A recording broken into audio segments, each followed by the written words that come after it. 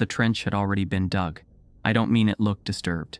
I don't mean there were signs of previous activity, or that the soil seemed loose, or any of the soft indicators that you learn to watch for in graduate school when someone lectures you about site contamination. I mean the trench, my trench, the one I'd been assigned that morning, in a sector of the site that every document I'd been given described as unexcavated, had been opened, emptied to a depth of at least 60 centimeters and refilled. The soil I was cutting through with my trowel was not earth that had been sitting undisturbed for 10,000 years. It was earth that had been removed, processed, and replaced, recently, carefully, by someone who knew exactly what they were doing. I sat back on my heels and looked at the section face for a long time. The morning light was coming from the east, low and amber, throwing tiny shadows across the soil profile that made the texture differences unmistakable. The fill above me was uniform, same grain, same color, same compaction throughout. No lensing, no seasonal banding, no variation at all. Below the line where the refill ended and the undisturbed earth began, the stratigraphy was perfect. Fine laminations, subtle color shifts, the layered record of millennia of natural deposition. The contrast was like looking at a page of handwriting next to a page of solid color. One had been written by time, the other had been poured in. I'm getting ahead of myself.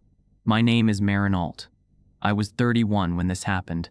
I'm 32 now, and I teach 3 sections of Introduction to Archaeology at a small college in central Illinois, and some nights I sit at my kitchen table with a photograph open on my laptop and measure the color values of 2 lines in a soil profile from a site in southeastern Turkey that no longer appears on any official list. And I don't know whether what I'm seeing is real or whether I've been staring at it so long that my perception has started to warp around it like soil around a buried stone. But I need to describe what happened in order, because the order is the only part I'm still sure about. I came to Turkey in early April on a 6-week specialist appointment. ABD, all but dissertation, at the University of Chicago, which is the academic equivalent of having 1 foot out the door of a building you're not sure you were ever fully inside. 2 published papers. No book. A dissertation on ritual decommissioning practices at pre-pottery Neolithic sites that my committee kept calling theoretically ambitious but undergrounded in primary field data, which is professor language for you need to actually dig something. The appointment was attached to the Neolurfa Neolithic Research Project, under the Taş-Tepeler framework, the Turkish government's coordination program for the network of pre-pottery Neolithic sites scattered across the limestone uplands of all the Harm Plain and Hanrufa province, Dausim, Turkey. If you've seen a documentary about ancient architecture in the last 10 years, you've probably encountered the name Göbekli Tepe, the 12,000-year-old hilltop site with the carved T-shaped pillars that upended everything we thought we knew about when humans started building monumental structures. Karahantepe is its sister site, with a ritual pit and the carved human faces. But those are the famous ones. The Taş-Tepeler umbrella, Stone Hills, covers at least 9 active excavation areas, with more coming online every year as new surveys identify new mounds. The site I was sent to was small, partially surveyed, barely excavated, 2 short previous seasons of surface clearance, a few pillar fragments exposed. Nothing that had attracted serious attention or funding. It had no published name. In the project files, it was identified only by its Ministry of Culture and Tourism permit number. The team called it the Eastern Site. I'll use that here because I'd been asked, not officially but clearly, not to provide the permit number or the precise coordinates. I'll explain why later, to the extent that I understand it myself. The site occupied a low teepee and artificial mound, the kind that forms over centuries or millennia when successive building phases accumulate on the same spot, on a treeless slope about 14 kilometers east-northeast of Karahantepe. The landscape there is open and pale and enormous. Limestone ridges run roughly east-west, separating shallow valleys dotted with pistachio orchards and the occasional cluster of painted beehive boxes. The soil is chalky, almost white when it's dry, which is most of the time. From the top of the mound, you could see the Harran Plains spreading south. Flat, immense, gold in the early morning, bleached white by noon, fading to copper and violet in the evening. On clear days you could see the haze that marked the Syrian border, though that was more rumor than visibility. The nearest village was 4 kilometers south, a cluster of concrete houses with flat roofs and satellite dishes and chickens in the yards. The nearest paved road was 2 kilometers west. We reached the site each morning on a graded dirt track that turned to fine white powder in the dry weeks and to slick pale clay on the rare mornings after rain. The dig house was in the village, a rented 2-story concrete building with a flat roof and small rooms and plaster walls that absorbed moisture overnight and dried to chalky dust by mid-afternoon. My room was on the 2nd floor, facing the village mosque. Single bed, a plywood desk, a window that didn't close all the way, a jasmine bush below the window that filled the room with dense sweetness every evening. The ground floor held the workroom, folding tables, a laptop station, fluorescent strip lights that buzzed at a frequency I could feel in my teeth, a whiteboard with the site plan pinned to it, finds trays and bags and scales and the camera mount for artifact photography. Storage was separate, a concrete outbuilding 200 meters away, behind a padlocked metal gate. The Turkish co-director Elif held the primary key. A secondary hung on a hook in the workroom. I noticed it on my first day. I didn't think about it again for almost 2 weeks. The team. This matters because what happened at the eastern site wasn't a solo experience. There were people around me the entire time, people with their own knowledge and their own silences and their own reasons for letting things pass without comment and trying to understand which silences were ignorance and which were choice is something I still work on, unsuccessfully, most nights. Elif Arslan, Turkish co-director, associate professor at Haran University in Thanliyarfa, early 40s. She held the excavation permit, which in the Turkish system means she controlled everything. The site, the labor crew, the storage, the scheduling, the relationship with the ministry representative who visited every 10 to 12 days to inspect progress. The 28 regulation requiring Turkish nationals to constitute at least 51% of any foreign-affiliated excavation team had formalized what was already true in practice. The permit holder was the authority, and everyone else operated within the space she defined. Elif was precise, reserved, and careful in a way I initially read as professional discipline. She didn't volunteer information. She answered questions directly but minimally. She checked my work each day without hovering. She was, by every conventional measure, an excellent site director. I want to be clear about that, because what I'm about to describe doesn't erase it. Darren Alcott, British, mid-30s, lithics specialist, finishing his 2nd book. He'd been at the site the previous season and had returned for a 2nd rotation. Darren topped the way some British academics talk. Every sentence shaped like a draft of something he intended to publish, but underneath the performance, he noticed things. He noticed things and he held them quietly, which I didn't discover until the end of my first week, when he told me something over a lukewarm beer that rearranged everything I thought I understood about the site. Yusuf and Seda, Turkish graduate students, both from Haran, both careful and quiet and deferential to Elif, in the way that students are, when their careers depend entirely on a single person's continued goodwill. I don't know what they knew. I thought about this a lot. They were present for most of what happened during the official excavation, and they either didn't see what I saw, or they saw it and chose not to react. And I genuinely don't know which. And the ambiguity bothers me more than almost anything else about this experience. Hassan, foreman, local labor supervisor, 60-something years old, thin and sun-darkened and quiet. He'd worked archaeological sites across the Thanliyarfa region for over 20 years, not as an archaeologist, but as a specialist laborer, the kind of man who understands soil and stone through his hands and his body rather than through theory, and who is often more accurate in his readings than the academics holding the clipboards. Hassan managed 8 to 10 workers from the village, rotated depending on the day. He communicated with them in a local dialect that even Yusuf struggled with. With Elif, he spoke rapid Turkish I couldn't follow. With me, he spoke in short, functional English. This way, not yet too deep, careful, without eye contact, without warmth, without hostility, just information. I trusted him immediately. I think he knew that, and I think it's part of why he eventually told me what he told me, although told is generous. What Hassan did was closer to pointing, and the workers. Ibrahim, who moved dirt with a steady, unhurried efficiency that I found calming. Kisukan, the small one. Ironic because he was nearly 6 feet tall. who screened soil and carried buckets and laughed at things the other workers said that I couldn't understand. Others, whose names I learned and have since lost in the general blur of that period. They were from the village. They'd known this hill their entire lives. I keep thinking about that, what it means to grow up beside a mound that your grandfather's grandfather knew was there, that your family grazed sheep over for generations, that you always understood was not natural, not just a hill, without necessarily having the vocabulary to say what it was instead.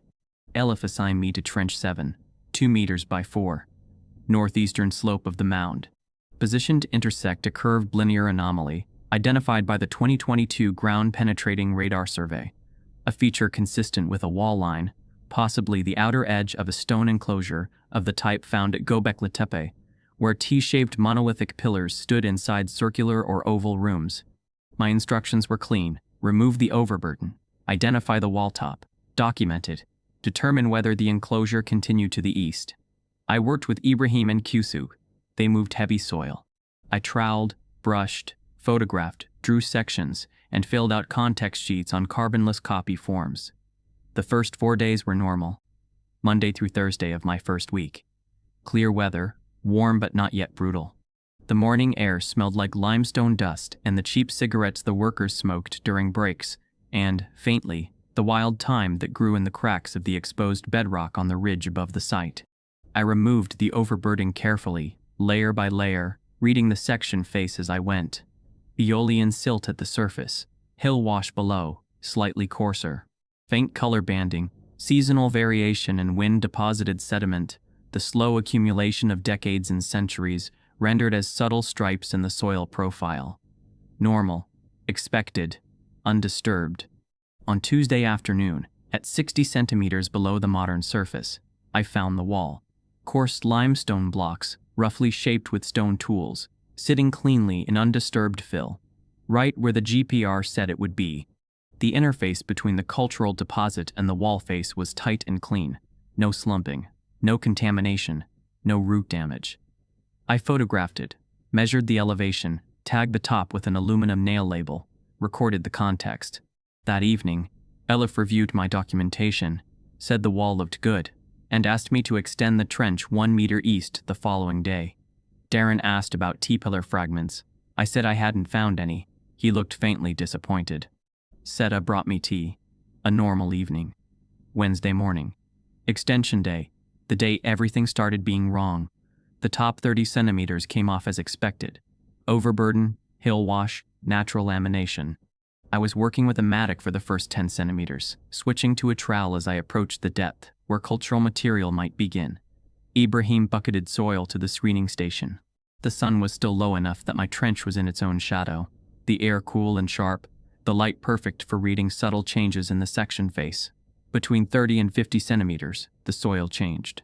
I've described this already: the uniformity, the absence of lensing, the sameness that screamed artificial to anyone trained to read natural stratigraphy. But I want to be more specific about what it felt like, physically, to trowel through it, because the physical sensation is what made me stop. Undisturbed soil has texture. It resists the trowel differently at each layer, sometimes granular, sometimes silty, sometimes slightly sticky where organic material has accumulated.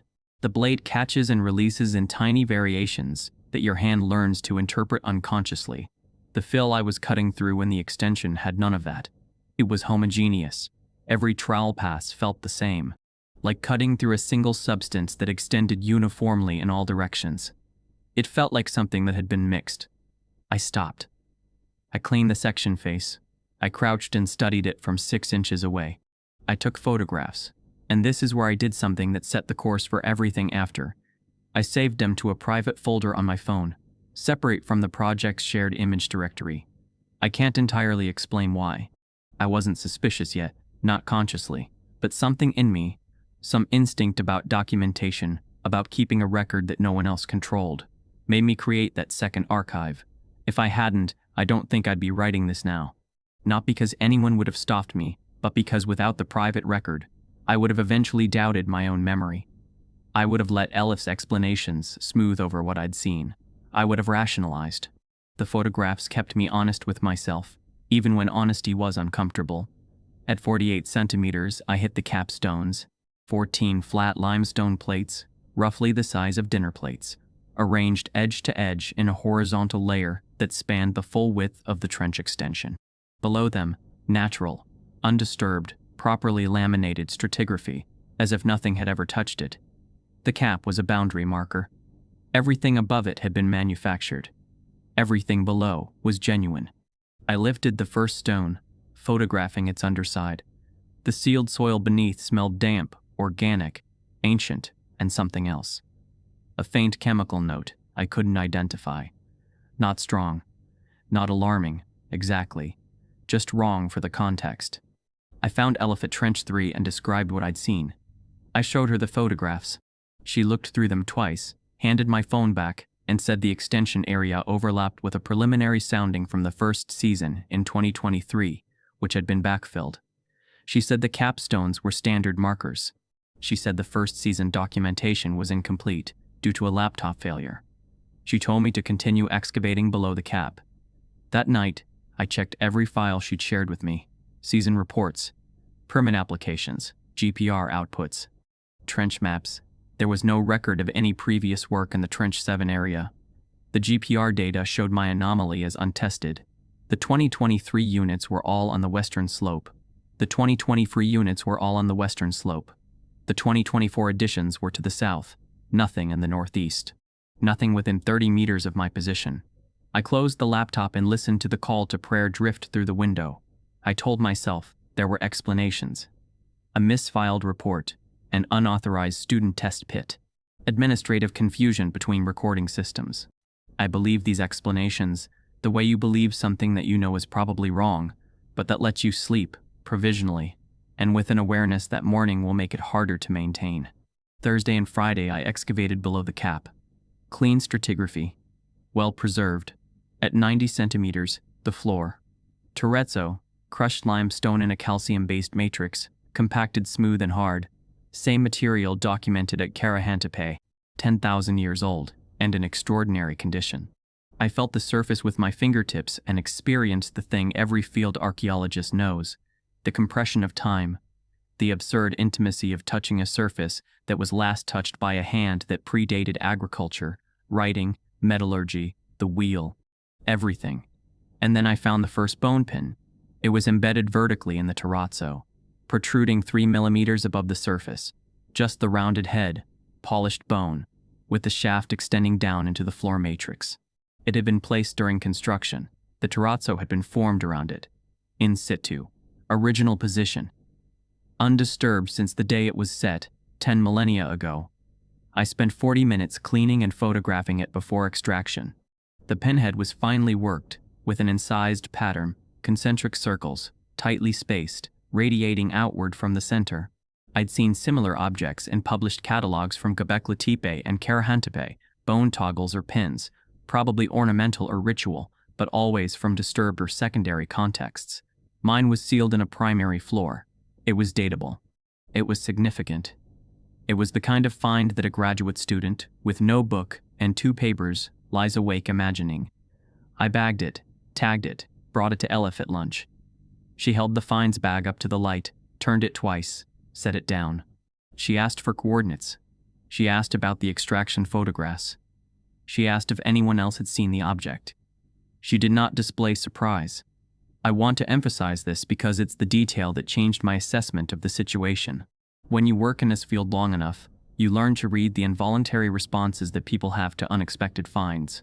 There's a physical signature, a stillness, a slight forward lean, a widening of focus that happens before the conscious mind catches up. Elif didn't have it. She processed the information with the calm of someone confirming a known quantity. She told me she needed to handle the find under special ministry reporting protocols, and asked me not to discuss it with the team until she'd filed the preliminary paperwork. I said fine. I didn't have the regulatory knowledge to challenge her. But walking back to the trench, I kept turning it over, her face, her hands, the absent response. And I thought, she already knew it was there. That evening, Daring found me on the wall outside the dig house. He had beer. He handed me one. He asked about Trench 7. I kept it general. Then he said, "Did you hit the cap?" The way he said it, flat, knowing, without any pretense of casualness, stopped me. He described finding the identical feature in Trench 4 the previous season. Same depth, same capstones, same redeposited fill, same story from Elif. First season sounding, lost records, laptop failure. Same absence from the official documentation. The refill isn't old, he said. It's not backfill that's been settling for a year. It's fresh. The compaction is wrong for anything older than a few months. I told him about the bone pin. About Ellis' reaction. He was quiet for a while. Then he said, someone opened this site before the official excavation started. They surveyed it. They documented it. They mapped what was here. And then they put it back and let Elefandas find it on schedule. I asked why. Because when you know what's in the ground before anyone else digs, you control everything. Where to excavate, what to expose, what to leave buried. You're not doing archaeology anymore. You're directing a production. Over the next week, I found 3 more bone pin fragments in the Trench 7 floor, each bearing the concentric circle pattern. I found limestone beads in a shallow depression, a probable foundational deposit. Every find was significant. Every find was in situ, sealed, undisturbed. And every find arrived with the precision of a stage cue, exactly where someone who already knew the layout would have expected it. I documented everything twice. Official record, private record. I noted the discrepancies, the section face, the capstones, the uniform fill, the tool marks I found on the underside of one capstone that looked too regular, too parallel, to have been made by anything but a modern steel implement. None of this went into the shared system. Then, on the Thursday of my second week, Hassan came to my trench at lunch. He sat beside me on the trench edge, which he had never done. He looked at the floor surface. He said slowly, "You are a careful worker." I said, "Thank you." He said, "This floor, very old." I agreed. He was quiet for what felt like a full minute. The wind moved across the mound and carried the faint sound of goat bells from the next ridge. Then he said, "Some things here. Better they stay in the ground." I asked what he meant. He gestured, a slow movement of one hand that took in the mound, the ridges, the village, the plain. People here, they know this hill. Long time. Before archaeology, before permits, before machines.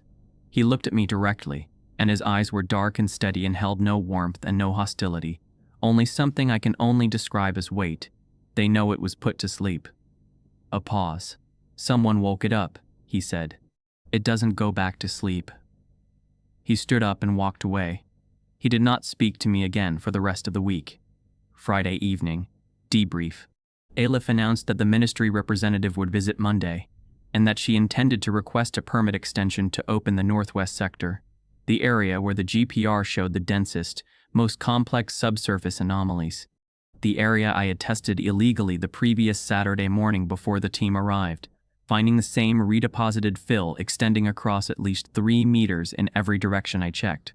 She was going to open it, under permit, with witnesses, with cameras, and everything that someone had already found down there was going to be discovered in the controlled sunlight of a legitimate excavation. The ministry representative came Monday. Mild man, pressed shirt, soft voice. He reviewed the documentation, walked the site, signed the extension without much discussion. By Tuesday, Sita and Yusuf were breaking ground in the northwest sector. By Wednesday, they were through the redeposited fill without comment. By Thursday, they'd removed the capstones, which Elif recorded as natural limestone pavement. By Friday, they found walls, massive, coursed, curving, and the tops of T-shaped pillars, upright in position, emerging from the fill like figures rising from water. Elif called the ministry, called the museum, called the museum, called journalists. By the end of the week, there were additional vehicles at the site, photographers, officials, a discovery being born in daylight. Beautiful, extraordinary, managed. I watched from Trench 7. Nobody was looking at Trench 7 anymore. On Friday evening, after the visitors left, I walked to the northwest trench and stood at the edge. The enclosure was magnificent. Wide walls, 2 central pillars partially exposed, animal reliefs emerging from the stone. A large cat on one pillar, mid-stride. Below it, smaller figures. And below those, at the base, concentric circles. The same design. The same pattern I'd been finding on broken bone pin heads in a floor 50 meters away. Then I looked at the section face. The ancient ceiling layer was visible. A thin, dark, continuous band running horizontally across the profile. The Neolithic decommissioning signature.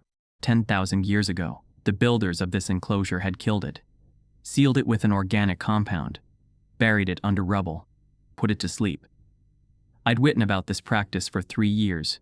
I recognized it instantly. 3 centimeters above it, in the refilled matrix, was a second line. Thinner, lighter, same horizontality, same continuous application, modern. 2 ceiling layers, 2 closures, 10,000 years apart. 3 centimeters of soil between them. I photographed the section face. 1 image, scale bar, north arrow, both layers visible. I sent it to my advisor in Chicago with no message. Then I went to find Elif. She was at her vehicle. She saw me coming. She stopped what she was doing. "Marin," she said. "I found the case in storage," I said, "the 12 pins." She did not deny it. She leaned against the vehicle and looked at me with an expression I can only describe as exhaustion that has outlasted its own surprise. She said, "What are you going to do?" I said I didn't know yet. She said, "Before you decide, come to the site tomorrow. Early, just us. I need to show you what's underneath." I said yes. I know I shouldn't have, but I needed to see it. Saturday, 6 a.m., amber light, long shadows, wind from the plain. Elif was already there. She stood at the trench edge and said, without any preamble, the advance work wasn't mine. She told me that when she received the permit in 2023, the site had already been entered. Every area the GPR had flagged, every significant subsurface anomaly had been excavated and resealed. During the 8-month gap between the 2022 radar survey and her first official season, someone had systematically opened the mound, surveyed its contents, and put it back. Capstones, matched fill, the whole protocol. She said she'd reported the disturbance to the museum director in Danlirafa. He told her to proceed with the official excavation and not to mention the prior work. He called it a security assessment. He said it was resolved. He said disclosure would compromise the site's credibility and its candidacy for UNESCO status. She said she'd comply because refusing meant losing the permit, her students' research, her department's relationship with the Tash Chalar program, and probably her career. I asked about the 12 pins in the black case. She said she'd found them loose in the northwest sector's refilled matrix during her first season. Not in situ context, but tumbled into the backfill, missed during the advance excavation, or deliberately left behind. She'd stored them without documentation because documenting them required explaining where they came from. I asked about the fragments in my floor. She said, "Those are real, in situ, sealed in the original construction. Whoever opened this site dug to the walls and possibly to the floor level. But they didn't excavate into the terrazzo.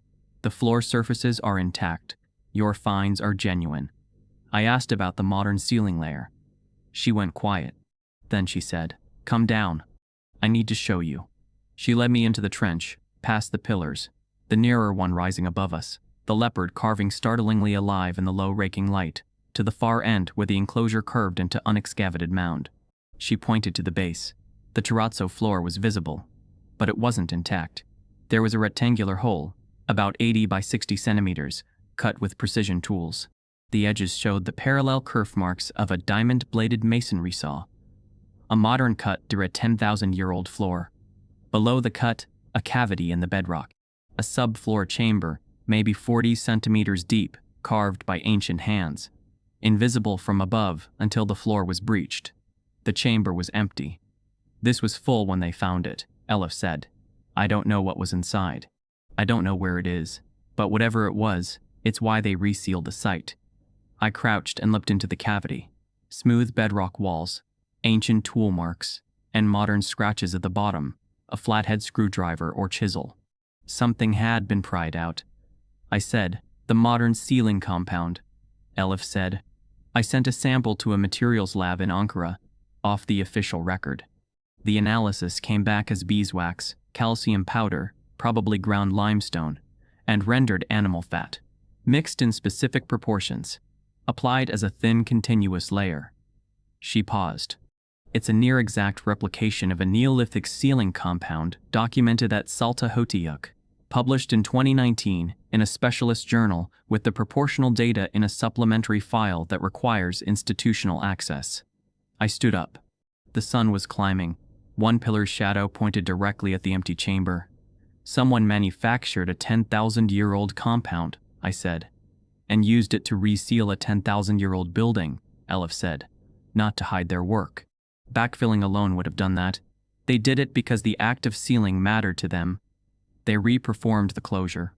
They put the building back to sleep. I looked at the concentric circles on the pillar base, at the empty chamber below them, at the two sealing layers in the section face, 3 centimeters and 10,000 years apart. I said, "How many other sites?" She said, "I don't know. But the GPR signatures here match published data from at least 3 other Tashtepler locations. If someone was using the survey data to target subfloor chambers across the network." She didn't finish. I climbed out of the trench, stood on the mound. I looked at the landscape, ridges, orchards, the plain, the village, the haze. And I thought about the 12 pins, the empty chamber, the compound. The concentric circles repeated across bone, stone, and whatever the third medium had been, the object from the chamber, now gone. I thought about Hassan's words. I thought about the 9-day replacement girl I hadn't met yet, the one who would come after me and leave without explanation. I drove back to the dig house. I spent the rest of Saturday assembling my private documentation, every photograph, every GPS reading, every soil observation, every measurement. I uploaded everything to a cloud folder shared with my advisor.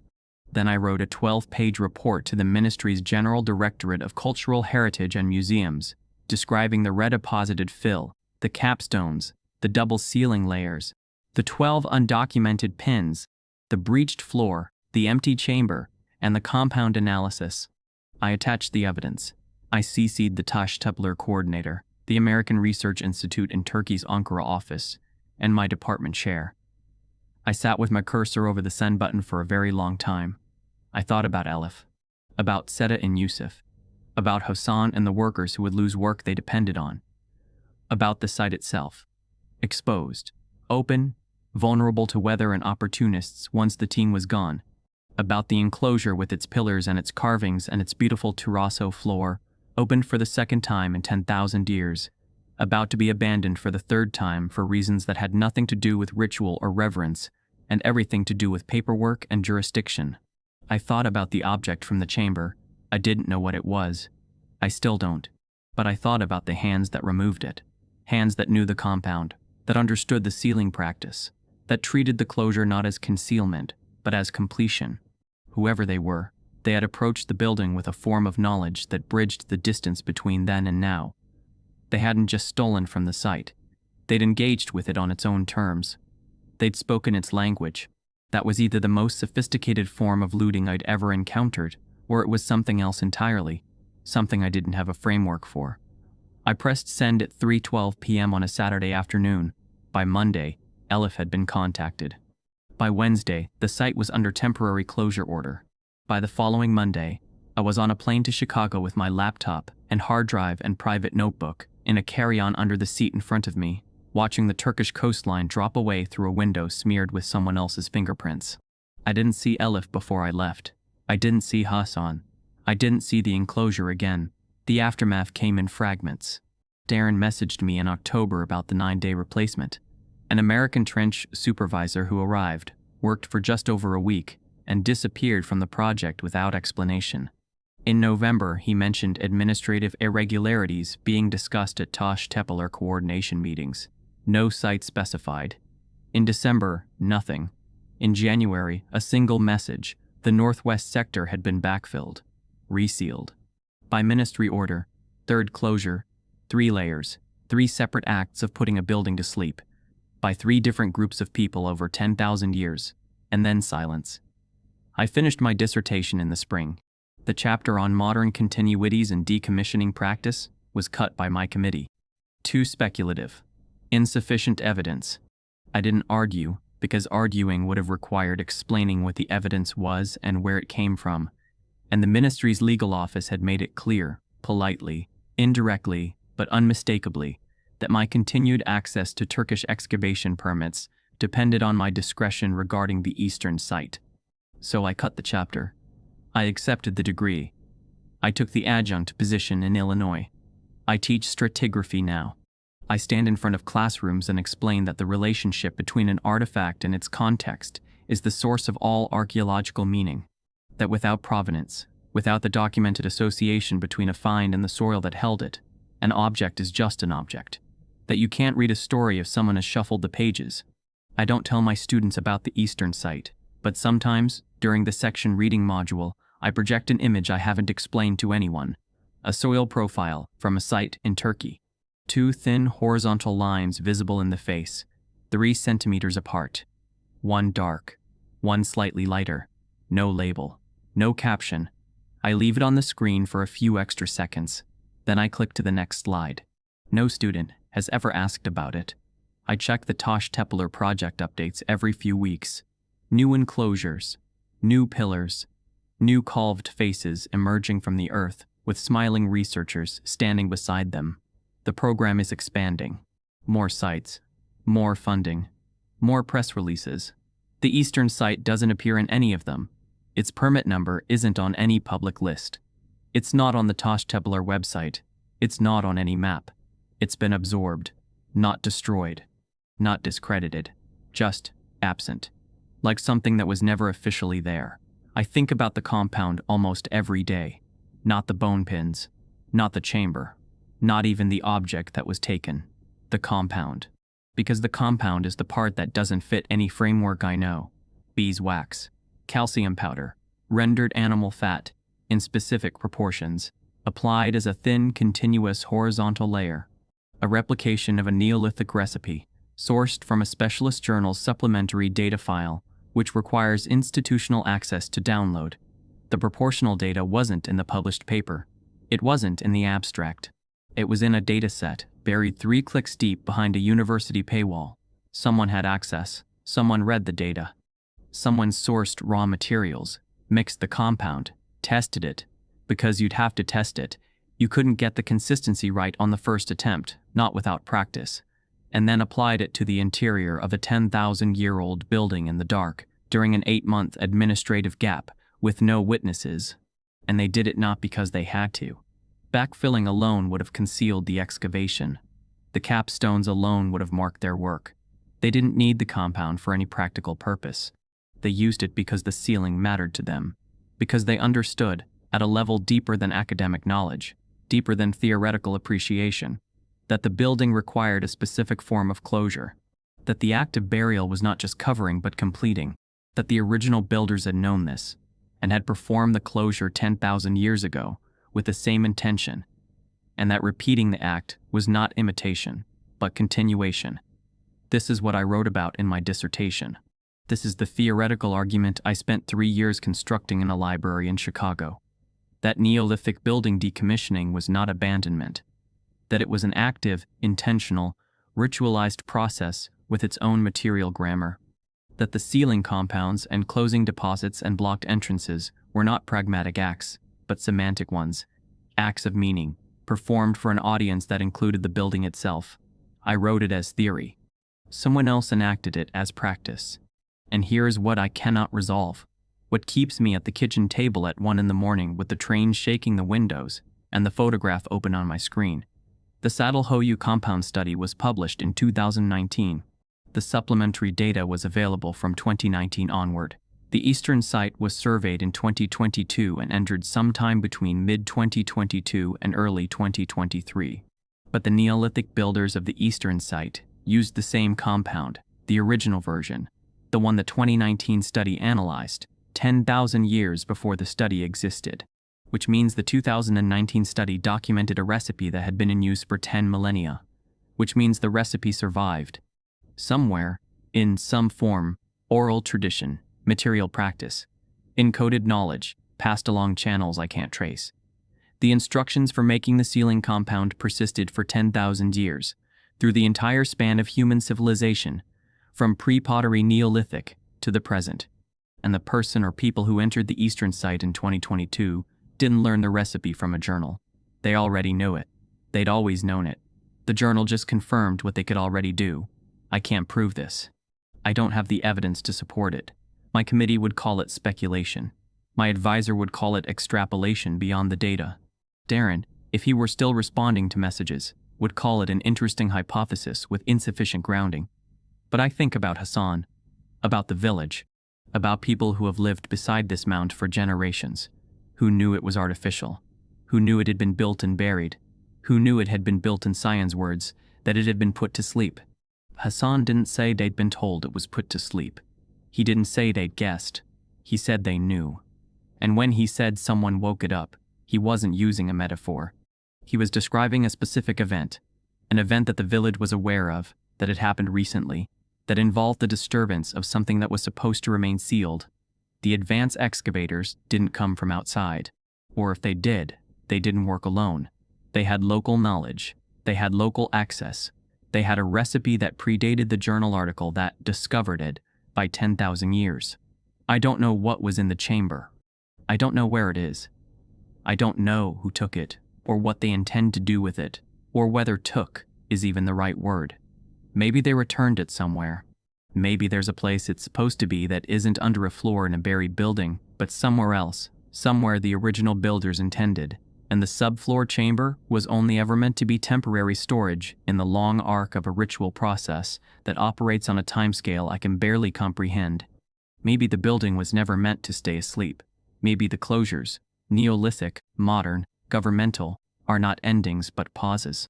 Maybe the concentric circles, on the pins, on the pillar, on the vanished object, are not a symbol of something. Maybe they're an instruction, a schematic, a diagram of the process itself, layer after layer after layer, radiating outward from a center that nobody reaches. I open the photograph, the 2 lines. I measure the color values. I have been doing this monthly since September. The lines are converging. The modern ceiling layer, as photographed in my original image, was lighter than the ancient one by a measurable margin. A difference of 11 points on the luminance scale. In September the difference was 11. In October it was 10. In November, 9. In December, 8. In January, 7. In February, 6. Last week, 5. The modern sealant is darkening. Oxidation. Organic decay. The beeswax and fat are breaking down. The mineral components stabilizing. The color shifting toward the ancient layer below it. Slowly, steadily. At a rate that will, if it continues, eliminate the visible difference within 2 years. The 2 lines will become one. The section face will show a single decommissioning event. The evidence of the modern entry, the advanced excavation, the compound, the removal of the object, will merge with the Neolithic closure and become indistinguishable from it. 10,000 years of separation, compressed into a single dark band in a soil profile that nobody will ever look at again, because the site is closed and the trench is backfilled, and the mound is once again a mound, and the village will go on grazing sheep over it, and the pistachio orchards will go on producing their small hard fruit, and the hawks will circle, and the muezzin will call, and the jasmine will bloom beneath a window that nobody is looking out of. Unless I'm wrong. Unless the color change is a compression artifact, a display calibration drift, a perceptual distortion caused by looking at the same image too many times with too much investment in seeing what I expect to see. Unless the luminance measurements are wrong, or the methodology is flawed, or I'm using software I don't fully understand to measure a phenomenon that doesn't exist. I think about this possibility every time I open the file. I think, maybe I'm wrong. Maybe the 2 lines are stable. Maybe the compound is stable. Maybe nothing is converging, and the building is just sleeping, and the object is just gone, and the empty chamber is just empty, and none of it means anything more than what the ministry report will eventually say it means. Unauthorized excavation, administrative failure, site closure, case closed. Maybe, but I keep measuring, and the numbers keep changing, and the gap keeps narrowing, and every month the modern line looks a little more like the ancient one. And every month the question I can't answer gets a little smaller and a little heavier. How many times has this happened? Not at this site. At all of them. At every tepe in the network, every buried enclosure, every sealed building across the limestone hills of southeastern Turkey. How many mounds contain floors with cavities beneath them? How many cavities have been opened and emptied and resealed with compound? How many compound layers have darkened and merged with their ancient counterparts until the evidence of the entry disappeared? How many times has a building been put to sleep and woken up and put to sleep again? The closures accumulating like the concentric circles on the bone pins, layer after layer after layer, each one slightly different, each one slightly darker, each one compressing toward the center until the individual rings become unreadable, and the pattern itself is the only thing that remains. I don't know. I'm not going to find out. I'm an adjunct in Illinois with 3 sections, and a shared office and a photograph that may or may not be changing. I will never go back to the eastern site. I will never see the enclosure or the pillars or the floor. I will never know what was in the chamber.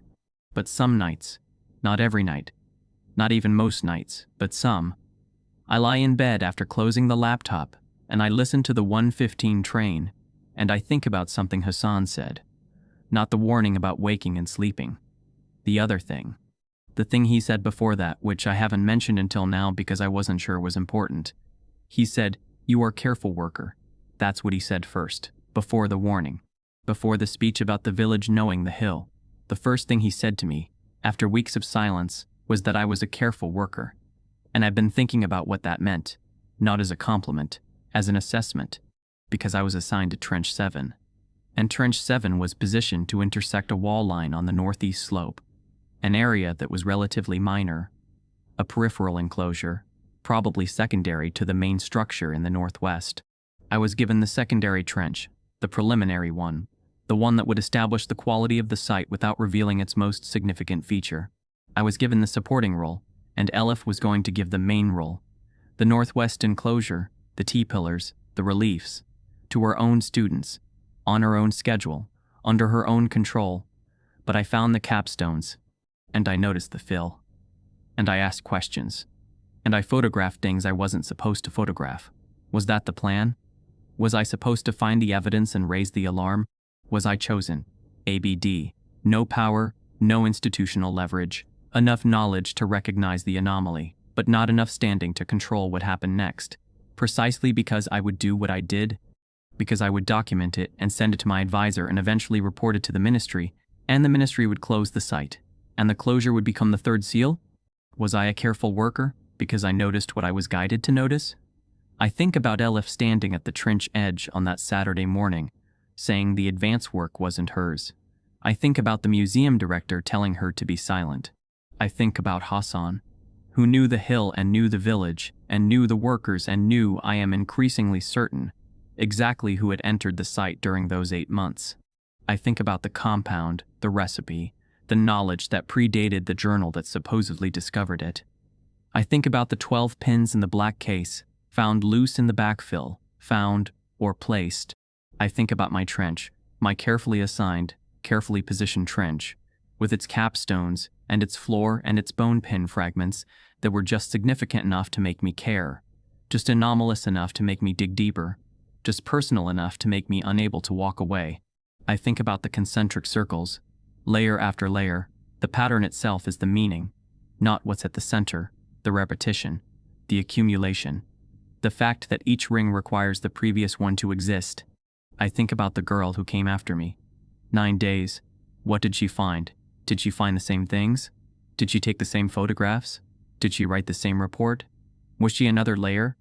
I think about whoever comes next. Because someone will. The site is sleeping, but the data exists. The GPR survey, the published anomaly patterns, the coordinates that are technically still in the ministry's archive. Someday someone will request the permit again. Someone will open a new trench. Someone will cut through the backfill. The ministry's backfill on top of the advance team's backfill, on top of 10,000 years of intentional burial, and they find the walls, and the pillars, and the floor, and the empty chamber, and they'll see the section face, and the section face will show one line, because by then, the modern sealant will have darkened to match the ancient layer below it, and the 2 closures will be indistinguishable, and the entire history of the site, built, sealed, buried, opened, emptied, resealed, excavated, opened, emptied, resealed, excavated, reported, closed, will have compressed into a single dark band in a soil profile. One line where there were 2. One closure where there were 3. One sleep where there were 100 wakings. And whoever stands at the edge of that trench, in 5 years or 50, will look at the section face and see an undisturbed Neolithic site with a single decommissioning event, preserved exactly as its builders intended, sealed and whole and complete. And they will have no reason to believe that anyone was ever there before them, unless they measure the color, unless they take a sample of the dark band and run a compositional analysis and discover two distinct compounds, one ancient, one modern, layered so closely together that they appear to the naked eye as one, unless they're careful. I was careful. Hassan said so. And I found what I found. And I reported what I reported. And the building was closed again. And I came home.